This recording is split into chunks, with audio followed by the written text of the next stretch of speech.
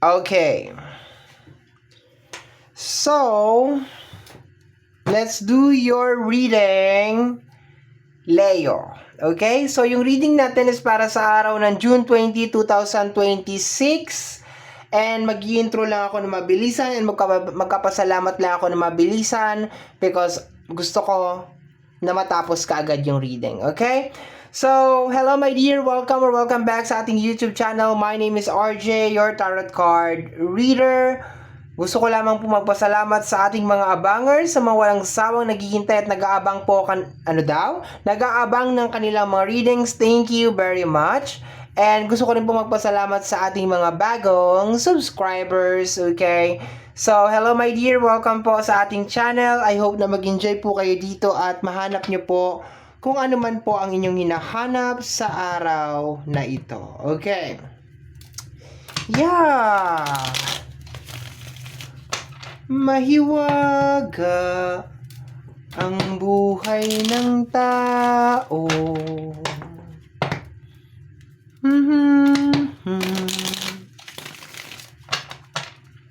Let me see my dear Leo.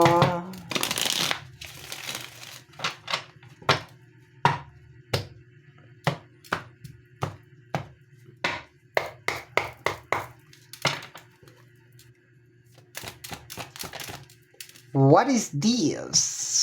Kabayong buntis. Dalawa siya? Yes, dalawa. We have here the tension card, which is the Five of Wands. Ang kasama niya ay Okay. The Five of Cups. Okay. So, ang nakukuha ko, my dear, is more on merong gusto manloko sa'yo sa araw na ito and hindi ka pumapayag na lokohin ka niya. Okay? It's like, bilhin mo to, kainin mo to, gawin mo to, and nandun ka sa moment na, bakit? Why?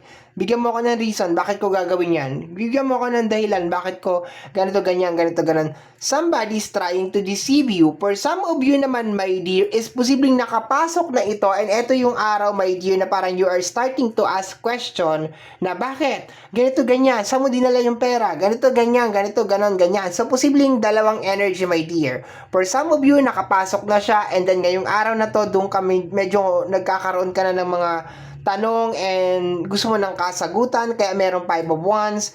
And yung iba naman sa inyo is nandun kayo sa moment na parang they are trying, like sinusubukan nila na pumasok, my dear, sa personal area mo and gusto kang lokohin or gusto kang gawa ng hindi maganda, pero nandun ka, my dear, sa moment na parang bakit ko gagawin to? Bakit ko kakainin yan? Bakit kita susundin? Parang ganon, okay? Pero for some of you is talagang you're starting to ask question. Okay, nakukuha ko dito talaga nag-ask ka ng question. Baka nga you're asking your question din, my dear. Ano daw? You're asking question sa sarili mo kung bakit ka napasunod, kung bakit ka napaniwala, nagayuma ka ba, na-hypnotize ka ba, ano nangyari, bakit ka napasunod, bakit nangyari yon, okay?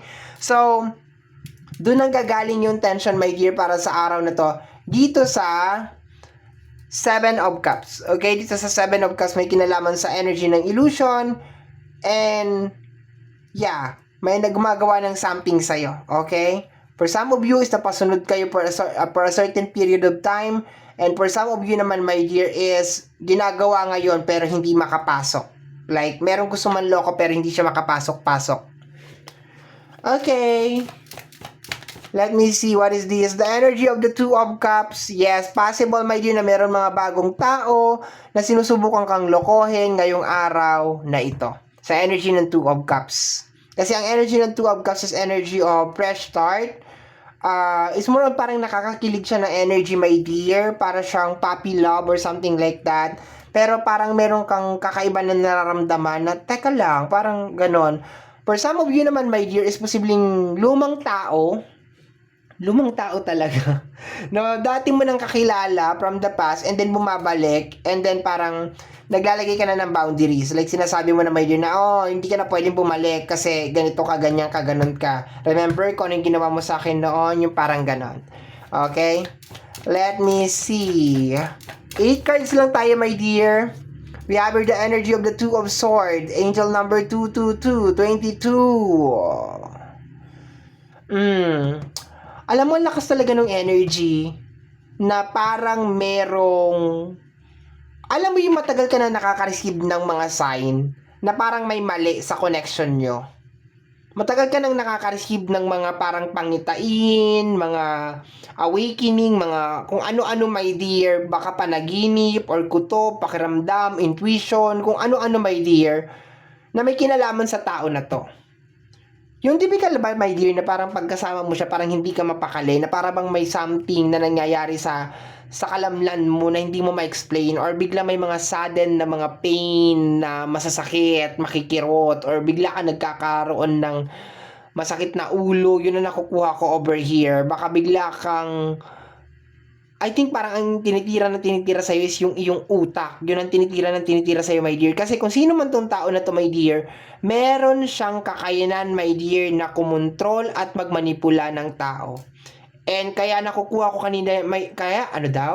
Kaya nakikiha ko, Kaya nakukuha ko, my dear, yung energy kanina na for some of you is nag-start na kayo magtanong na bakit ganon? Paano niya ako napasunod? Paano kami umabot sa ganitong level? Okay. And ayaw niyang umamin. Ayaw niyang umamin, my dear, na parang binudol-budol ka niya or hinipnotize ka niya or ginayuma ka niya or something. Ayaw niya umamin. Like, deny to death pa rin tong person na to. Yun ang nakukuha ko dito. Like, wala akong ginagawa. Possible na energy ng water sign, Cancer, Scorpion, Pisces, or posibleng energy ng Gemini, Libra, and Aquarius.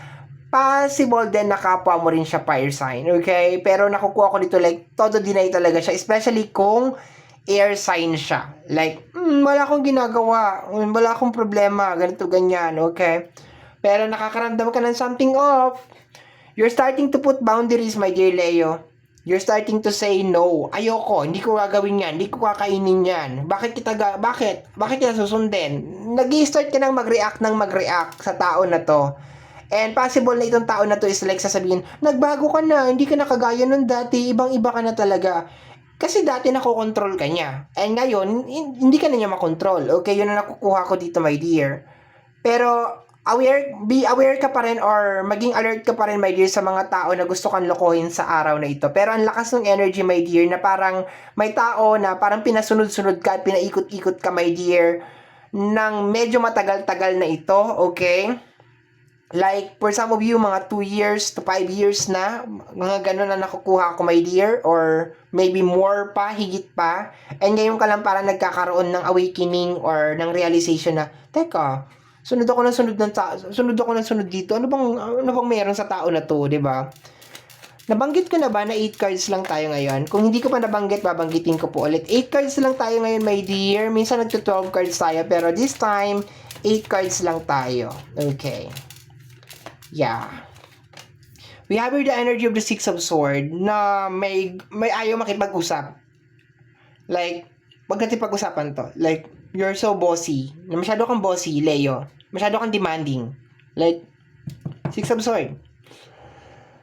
Normally, yung mga issue sa connection ninyo is parang bumabalik lang din sa'yo. Or baka ikaw pa ngayon nagsusorry or ikaw pa yung nagpapakumbaba. Yun ang nakukuha ko dito, my dear. Pero this time, parang nandun ka talaga sa point ng buhay mo na parang, teka, parang may mali. Parang there's something off. And masyado mo na corner itong tao na to or mako-corner mo itong tao na to ngayong araw na to the point na parang deny to death siya and ayaw niya talagang makipag-usap or ayaw niya talagang umamin tungkol sa panloloko na ginagawa niya sa'yo.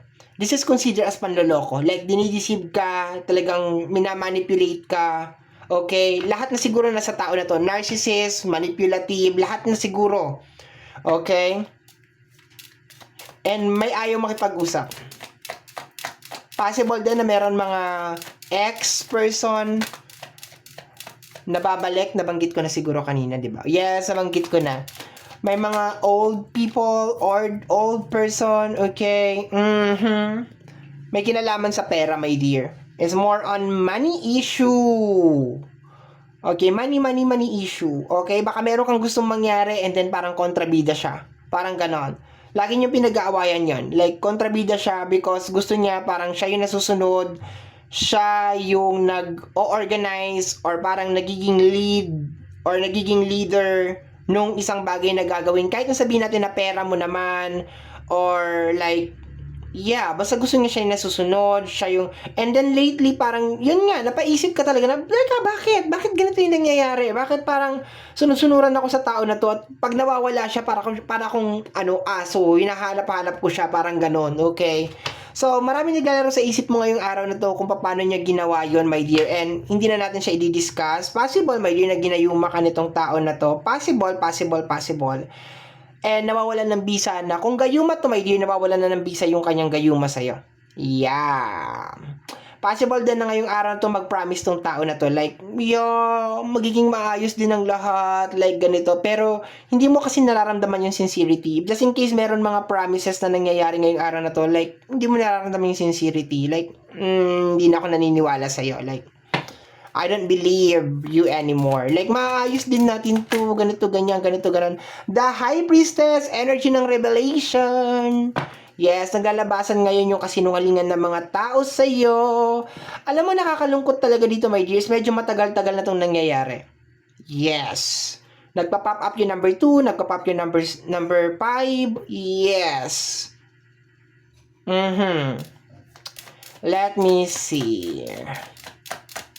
Last card na tayo, my dear Leo. So, be careful, my dear, ha? Sa mga tao ngayon, meron mga magta-try na lolokohin ka. Okay? We have here the energy of the Three of Swords. Biglaan, my dear. No? Ngayong araw na to, may mga ritual. If ginamitan ka man ng ritual, gayuma, and so on and so forth. Ngayong araw na to, parang mawawala yung bisa na yon. You will be starting to ask question, my dear. Bakit?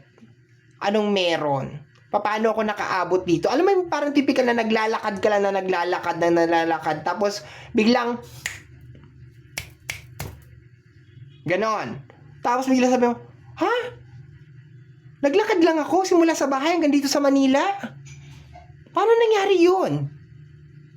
Paano ako nakarating dito sa Manila? O paano ako nakapunta sa ganito? Yung ganon, napakiramdam. Paano ako nakarating sa ganitong sitwasyon? Tapos mai-realize mo, kaya ako nakarating sa ganitong sitwasyon because siya yung nagda-drive. Siya yung nagmamanipula. Siya yung nagkukontrol ng lahat. Ganon. And itong tao na to, kung sino man itong tao na to, my dear, yeah, once again, energy ng water sign, Cancer, Scorpio, and Pisces, energy ng air sign, Gemini, Libra, and Aquarius, possible na kapwa mo fire sign, hindi ko kino-close yung ibang zodiac sign, they are also welcome.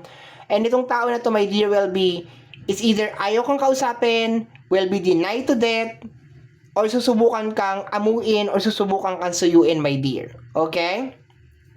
Bottom deck of the card is the energy of the King of Wands, and the World card. Yes, ayaw mo na. Aabot ka, my dear, ngayong araw na to na parang ayoko na. Ayoko na sa ginagawa mo. Ayoko na ng ganitong sistema. Ayoko na ikaw yung nagmamaneho ng buhay ko or nagkokontrol ng buhay ko. I don't like it anymore. Yun siya. King of Wands and the World card is energy of completion. Like, ayoko na. Five of Swords is energy of abandonment. Like, meron kang problema, bahala ka sa buhay mo. Hindi na kita sasagutin, hindi na kita sasaluhin. Ayoko na, wala na akong pakialam kung anong mangyayari sa'yo, and that's it. Actually, masakit sa'yo to, my dear. Pero, ang nakukuha ko, I think parang ginagawa mo lang yung sa tingin mo nararapat para sa'yo. Kasi sa tingin mo, my dear, dapat wala ka sa ganitong sitwasyon. Kung hindi dahil sa kanya. Kaya bago pa talaga siya maging malalang as in sobrang lala, it's better na maglagay ka na ng boundary. Maglagay ka na ng stop sign na oops, hanggang dyan ka na lang. Hindi ka na pwedeng pumasok dito kasi sobrang panloloko ng ginagawa mo sa akin. So, yon. Okay?